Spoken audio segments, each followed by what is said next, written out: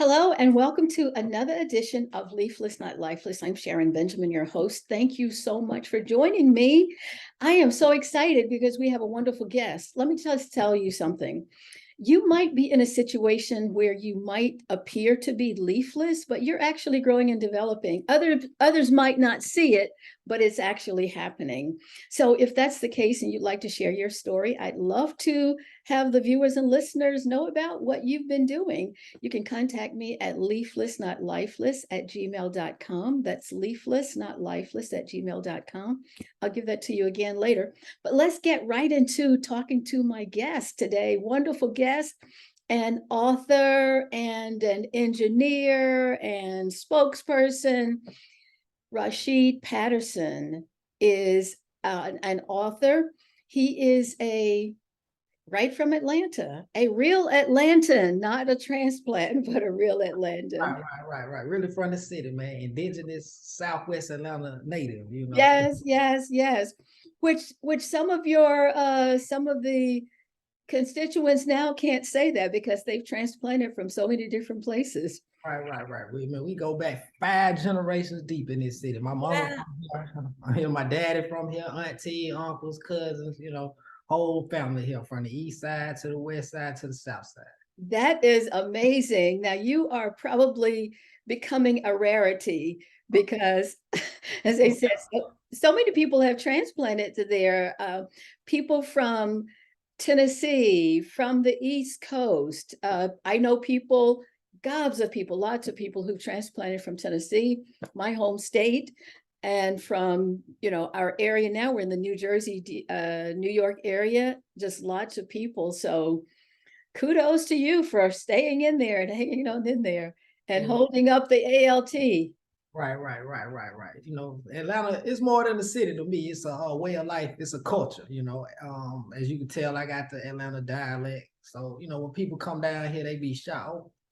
Oh, okay. Then they get tuned in and they see that, okay, Atlanta has its own, it's in the South, it's a city, but it has its own culture. You just have to kind of come down here and see what we got going down. And Yes. it has extraordinary opportunities for people of color. That's one thing that I noticed. When I started venturing out. And ain't no city like Atlanta.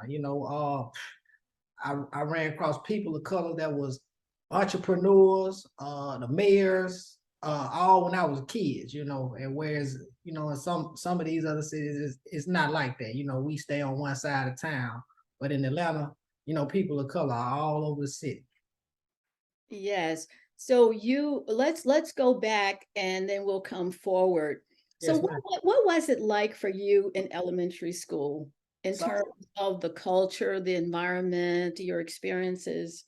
Okay, so I went to school at Peyton Forest Elementary School, which is it's your typical Title I school, and it's Atlanta Public School. The school is inner city urban life. One thing about Payne Forest, I will say, is I had some good teachers. Now, when I got to middle school, I changed districts and I went to South Fulton, which Atlanta is the city and Fulton County is the county. And South Fulton is very much different than North Fulton. And that's why I experienced a lot of teachers didn't really care. Well, I'm going to say instructors, because I learned at a young age it's the difference between a teacher and an instructor. Good point. So the teacher actually cares. They understand that kids learn on different levels. Where the instructor, they're only gonna do the requirement. So shout out to my teachers at Payne Forest that equipped me, for certain things. Now when I got to middle school and high school, it's a different story. And I truly understood I was lacking when I went to college. But we'll get deep into that when you ask me some more questions. Yes. So how did you compensate for that lack? Because you talk about it happening in middle school and high school. How did you compensate for that lack? Was it something that other teachers did? Was it something from home? Or did you have some inner intuition? So I really just went with the flow. I had some teachers that didn't care. Like I say, in middle school and high school, I really didn't realize that didn't have the skills I needed to move forward until I went to college and I started meeting kids from other school districts.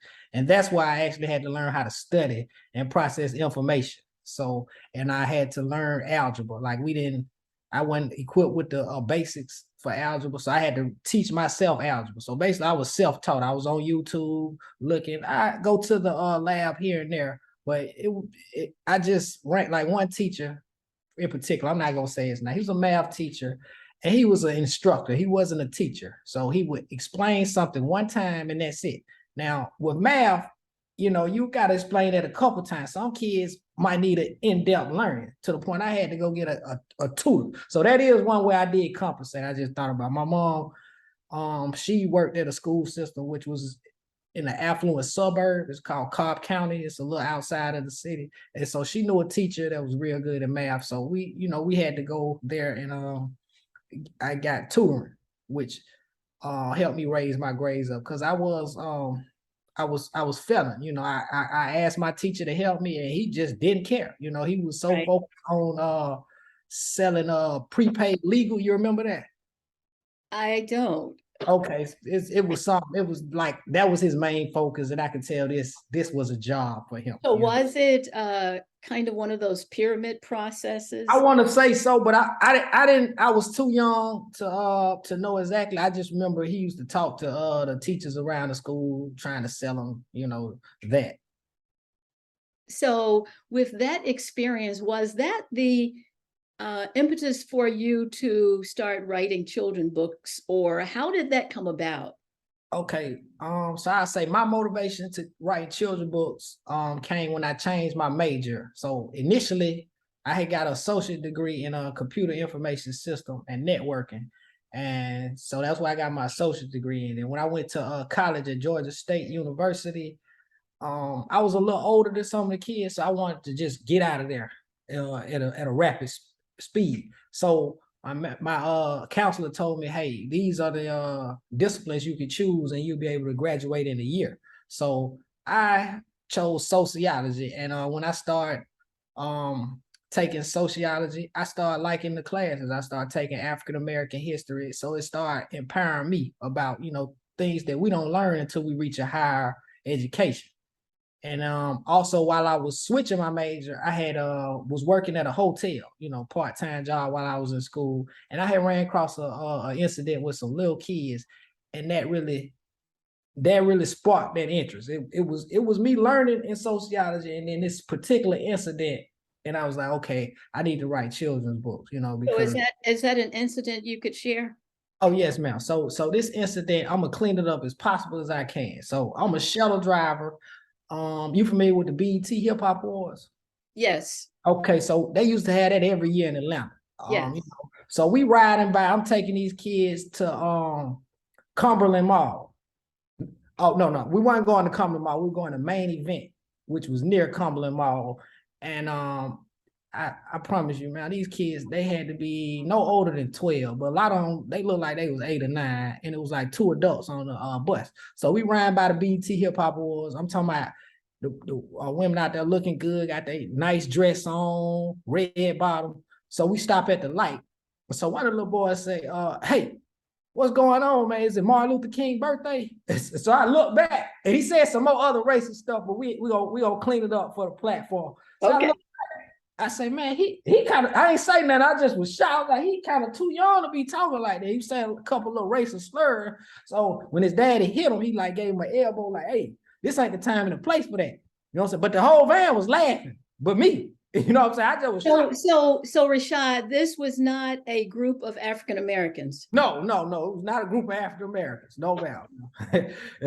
So when they said that, his daddy said, hey, this is not the time and the place for this. So in my mouth, like, oh, he's being taught this, So that's how I wrote my first book. It was called Race, Same Country, Different Life Chances. So it basically shows how race was created, and how it plays an intricate part in society, So a lot of people like to say, race don't exist, but unfortunately it does, Yes, racism does exist. In fact, I posted something several months past, and someone responded, there's only one race, the human race. And we know that. However, right, we know that, right. We know that. However, because cultures all over the world have identified erroneously people by races, and that's how we deal with it. You know, when you go someplace, whether you go to the doctor, whatever, you fill out an application, what race are you? What Right. group are you? What group are you? Right. And which, as you're saying, it really should not be relevant, but it is. So you've taken the bull by the horn and you are writing books to help African American children identify themselves. That's one. That's that, and also I want a lot of times our culture is watered down, or people are ignorant to the fact that people of color in this country have a culture due to slavery, civil rights, and a lot of our leaders being killed during the movement. So I took it upon myself to let to show other races and our kids that, hey, we do have a culture and this is what we're going through. And I appreciate that, because there's the this theory going around now. They don't want the African American history taught in the schools. However, there's hardly any place anybody in this country can go where they're not using something, doing something that was either invented or influenced by African Americans. Right, you're right about that. This whole country was built on slave labor. Exactly. Even you think about the Capitol that was built by slaves who I'm glad you brought that up. I was having a conversation with somebody the other day. I said, you just stopping at this stoplight. An African American built this stoplight, Garrett A. Morgan. Exactly. So you can't suppress our culture because we are American history, regardless of how. The pen. Yes. So yeah, you can't.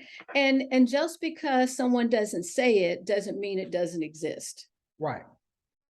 So you're right. I appreciate that clarity, that is not just for the African American children, because often a lot of parents probably did what my husband and I did. We made sure we exposed our children to the culture, made sure they were in places with the culture, and so they know it.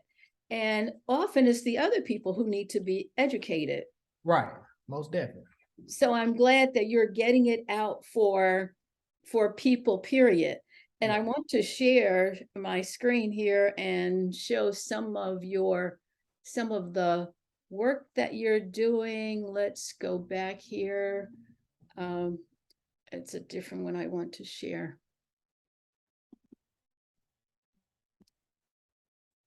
Hold on one second. But you've written a number of books. Let's see if I can get this correct.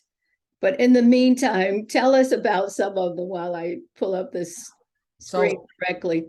So this is one book I got. I've been really pushing this book. It's called Slow Money is Better Than No Money. Letting kids know it's okay to work a job. A lot of times in our community, it's looked down upon, and I want to let them know, sometimes the shortcut is the long way. You see somebody getting fast money, but they experience a lot of hardship. They missing a lot of time. Some it may look good, but there are ramifications if you go the route. Now, this route may take a little longer, but in the long run, this is the route to go. Solid. Placed by a guy named Tyrone. He grew up on the west side of Atlanta. He moves up, as supervisor. He established credit, and then he continues to advance in life. Then I got my latest book, which is Present But Absent. So a lot of people, they shine light on single mom, single parent home, but present but absent is a parenting style too that needs to be addressed. I'm not saying it's a bad way, people, but some people live like this, present but absent. A lot of kids in Title I schools, they can relate to this book, and I wrote this book as motivation for them. Sometimes the parents are not there, they're working, bills got to get paid. Kids going to school, growing up a little fast, they cooking, and one great thing about this book, it shows the bond between brother and sister. You know, sometimes brother and sister have to look out for each other. And Corey, he looks out for his sister Mimi. He's the older brother. He's cooking. He checks over her homework. So I think this is very influential. And I got one more book that a lot of people like, and I got to start pushing this book. It's called Runaway Girl, Ain't No Love in the Street. So it's basically about a girl named Yolanda. She meets somebody online and gets catfish, which is very, very, very influential in society due to social media, and it's just bringing awareness to what can happen. You know, a lot of people don't want to speak on this topic. It doesn't go too deep because, you know, it's heavy for kids, but it's something to bring awareness to, and I think this is very powerful. Once it's Runaway Girl, Ain't No Love in the Street.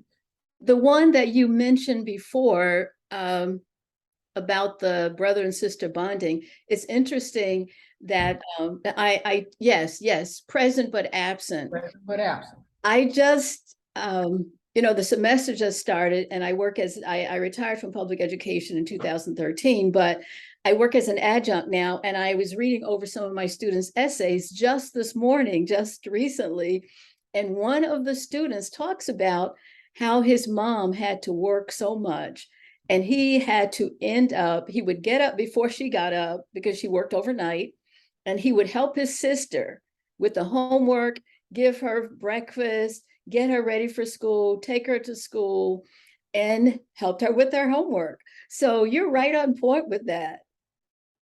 That is awesome. And also, you know, it'll help some of these educators who are not familiar with urban environment, especially with the present but absent, so they know what their kids are experiencing, especially a lot of teachers who come from the suburbs and they teach in these Title I schools and they don't have the proper social skills or knowledge to deal with the kids. So, I wrote the book. It ain't just for kids, it's for adults too to understand, you know. That's good. And I'm going to see if I can share again here. Let's see which one right here. Okay, I think that's it. Let's see. Here we go. Okay, yeah, I was doing so one of my friends, she's a teacher. She called me to come read to her kids. Okay. So I came in the school system and, I read that book to them, and they actually liked it, that book, had a lot of questions. They was very engaged, and I actually felt good because I'm doing something positive. I get a lot of emails or messages on Instagram from various parents around the world, from Chicago to Seattle to New York. That's awesome. And they say, my kids really learned something from your books. It's not the typical books with the animal books, because I didn't want to go that route. I wanted them to, kids brain like a sponge, and you'd be surprised what jewel you drop on there to stick with them. Oh, exactly. So do you remember the grade where you were presenting for this one? For that, so the Runaway Girl, I always do 4th or 5th grade, so I won't have no issue. 4th, 5th, 6th, 7th grade, because of the subject matter. Yes. So you are also, I'm going to show some more pictures of your books, etc. But so you're also a trained engineer, you're a STEM advocate. I'm a STEAM instructor. STEAM instructor. So how do you use that to try to bridge the gap when you think about some of what, looking back on your educational experience and trying to bridge the gap? How do you try to use this to bridge the gaps and help the students? Okay, so I first came across the whole STEAM curricula by a lady. Her name is Dr. Kenya Walker. She runs a program called Engineering for Kids of East Atlanta. So I had partnered with her, and that's why I first got introduced to the whole STEAM curriculum. Because, when I was in school, this wasn't even around, what I mean? But it's an integrated curriculum I've been seeing all around, the Metro Atlanta School District. So once I seen that and I partnered with her, I began to see how important it was. So STEAM, it stands for science, technology, engineering, art, and mathematics. And one great thing, it helps kids with problem solving. It also helps them to work together. And for girls, it gives them a chance to explore STEAM, which later down the line they might pursue a career in technology. And it has great activities. Like one activity I like to do with the kids is make homemade lava lamps. So we'll do. I don't do anything. I give them the instruction, and I let them work together and write down, analyze, and see what they find. One of the it's 6 steps to the engineering design process, which is ask, brainstorm, design, build, test, and improve. And I feel like they can apply that to life. And what ages are the students? The students. So I have worked. So this summer, I worked with the youngest I worked with was in pre-K. But right now I'm back in the elementary school, so we do kindergarten to 5th grade. That is amazing. So is it during the school day, or is this a before or after school program? Okay, so like 4 days out the week, we go into various schools doing for after school. And if they call us during the school, I come in and do a demonstration. And on the weekend, if it's an event or something. But for right now, we at just doing after school program. So I'm at one school in Decatur. I'm at a school on the west side of Atlanta. And then the other school, I'm right in the heart of the city, right there, which is Hope Hill Elementary School in the historic Fourth Ward area, right near Auburn Avenue. They used to call that technically Black Wall Street back in the day. So it has that community right there has a very historic history in Atlanta. It was a thriving community at one point of time. But now, due to gentrification and everything, it has tremendously changed. We were in Atlanta when our boys were little, and they are in their 30s now. And I don't remember that part. And this was, as I said, they're in their 30s now. So I don't remember visiting that section, but hopefully if we visit Atlanta again, we'll be able to see that. Let me see if I can get my screen right this time. Okay. Rashad, okay, I think this is the one. Yes. So couple of the books here, Runaway Girl, Slow Money is Better Than No Money. Here you are presenting again. Do you remember the time of this presentation? I did that probably a year ago. Okay. And that was at Continental Colonies. It was a school in Southwest Atlanta. And I was basically reading to their after school program. That book right there is Runaway Girl. Okay. The Slow Money in the Present but Absent. It wasn't even self-published when I did that one. So mentioning that, so you self-published all of your books? Yes, man. I self-published due to the fact of the topics that I'm talking about. I knew I was going to be met with resistance from traditional publishers, so I didn't even go that route. I ain't want because I spoke to somebody and I seen them. They were saying that they had got shelved for like a long time. They got turned down for multiple publishers. So I said, hey man, I got hustle. I know how to hustle. You know what I mean? I've been working since I was 14. I have no problem working. So you just got to put forth an effort. It's like a seed. You got to water it and it's going to grow. So, and one great thing, I've been getting a lot of great feedback from what I'm doing. Now, when I first put out my book, I had people, they were trying to figure out what I was, they didn't see the vision, but now they completely see it, Well, and Rashad, even if other people don't see your vision, that you have a vision and you're solid on it. I don't have to tell you to go right forth and do it. I'm reading one of Tabitha Brown's books right now, and in fact, what did I do with it? Feeding the Soul is what I'm reading right now. And she talks about how sometimes people just won't see your vision. So now you are going forth with it, and people are now seeing what you're doing. And based on what you're saying, you were going to keep going anyway, but that's great. We talked about this one. Here you are. Was this at a book signing or at a school or? So yeah, I was at a book signing 2 weeks ago. We have a mall in Atlanta. It just opened up probably like a year and a half ago. It's called the New Black Wall Street at Stonecrest. Have you heard of it? I have not.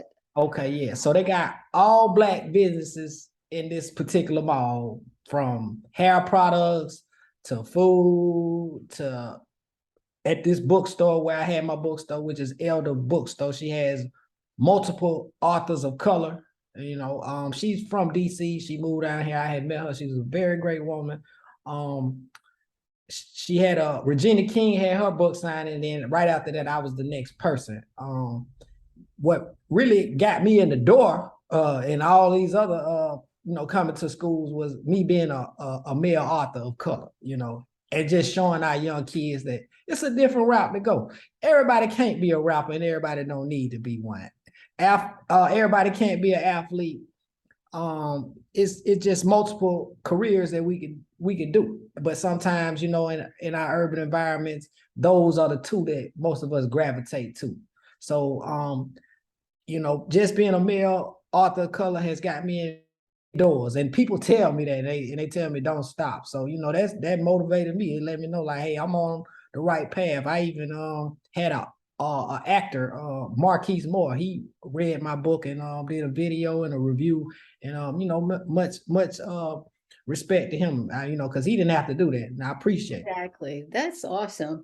And I have here, there you are at the book signing, and I want people to have this link to you were preparing for the video, for the book signing, so people can go and watch that video. But I also want, Rashid, I want people to have your contact information. So how can they reach you? Okay, so you can reach me first. I got a website. It's www.rashadpatterson.com. My website is www.rashadpatterson.com. I'm on Instagram, Rashad_Patterson_. And for my books, you go on Amazon, just type Rashad Patterson in the search bar. You can pick which one you want. I got paperback, audio, or ebook. And Amazon has just created a new feature for hardcover, so I will be working on that in the near future. So like I say, you just search my name on Amazon, or you could put the title in. Like, for an example, you just put "Slow Money is Better Than No Money," or you could put "Present but Absent," and all my 7 books that I self-published should pop up. That is amazing. I am so impressed, and I thank you so much for your time, because you have proven that when people might look at someone and think, oh, nothing's going on, they might appear to be leafless, but that's not the case, because you've already published 7 books, and I'm sure that is not the end. And as a writer, as a published author myself, knowing you, I'm thinking that you have books already in your head. You've probably made notes and titles for books that are going to be. I'm currently working on one right now.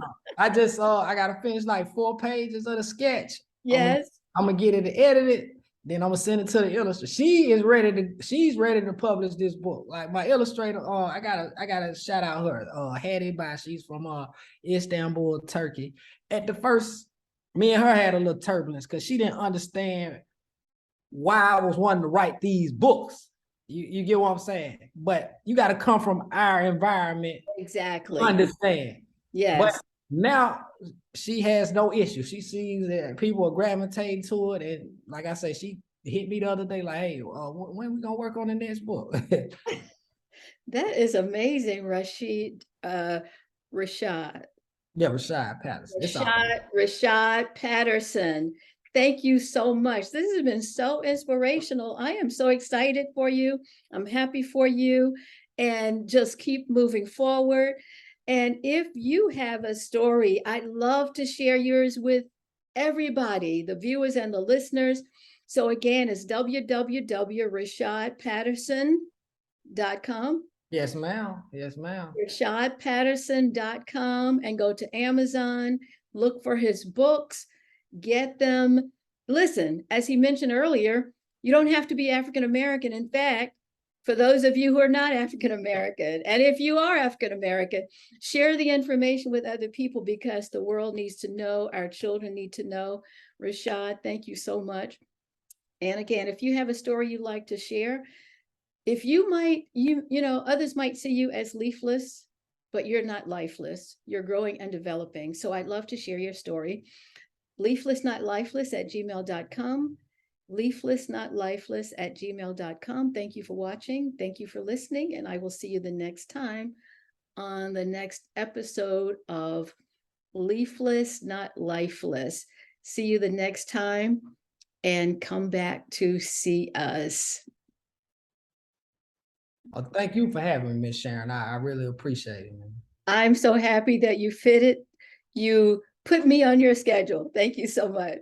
Yes, man. If I tell somebody I'm gonna do it. And plus today I'm not working on Friday. Okay. Yeah. But I'm gonna start. I got hired at a charter school, but I don't start working there until a week and a half.